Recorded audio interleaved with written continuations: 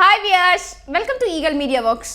పాకిస్తాన్కు చెందిన ఒక మహిళ గత 20 సంవత్సరాలుగా మోడీకి రాఖీ కడుతుంది. మోడీ ఆర్ఎస్ఎస్ కార్యకర్తగా ఉన్నప్పటి నుంచి ఈ పాక్ చెల్లెలు రక్షాబంధన్ రోజు తప్పకుండా మోదీకి రాఖీ కడుతూ వస్తుంది. మోదీ అన్నయ్యపై అమితమైన ప్రేమ కురిపించే ఈ చెల్లాయి పేరు మెహాసిన్ షేక్. ఈ సంవత్సరం కూడా ఈమె మోదీకి రాఖీ కట్టారు.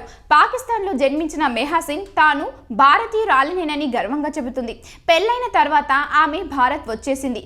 అప్పటి నుంచి భారత్లోనే ఉంటుంది. ఆమె తొలిసారిగా నరేంద్ర మోదీ ఆర్ఎస్ఎస్ కార్యకర్తగా ఉన్నప్పుడు రాఖీ కట్టారు. ఈ సందర్భంగా మెహాసిన్ గత స్మృతులను గుర్తు చేసుకుంటూ, నేను పెళ్లైన తర్వాత పాకిస్తాన్ నుంచి భారత్కు వచ్చాను. ఇక్కడ నాకు బంధువులు ఎవరూ లేరు. నేను నా భర్తతో కలిసి మోడీని కలిశాను. అప్పుడు ఆయన ఆర్ఎస్ఎస్ కార్యకర్తగా ఉండేవారు. రక్షాబంధన్ రోజునే మోడీని కలుసుకోవడం జరిగింది. దీంతో వెంటనే మోడీకి రాఖీ కట్టేందుకు సిద్ధమయ్యాను. ఆయన ఎంతో ఆనందంగా తన చేతిని చాపి రాఖీ కట్టించుకున్నారు. అప్పుడే మా మధ్య అన్నా చెల్లెల బంధం బలపడింది. అప్పటి నుంచి ప్రతి ఏటా మోడీకి రాఖీ కడుతూ వస్తున్నాను.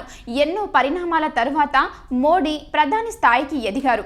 అయినా మా అనుబంధం మారిపోలేదు. అయితే ఈసారి మోడీ చాలా బిజీగా ఉన్నారు. ఆయన 2 రోజుల క్రితం ఆయన ఫోన్ చేసి క్షేమ సమాచారం అడిగి రాఖీ శుభాకాంక్షలు తెలిపారు.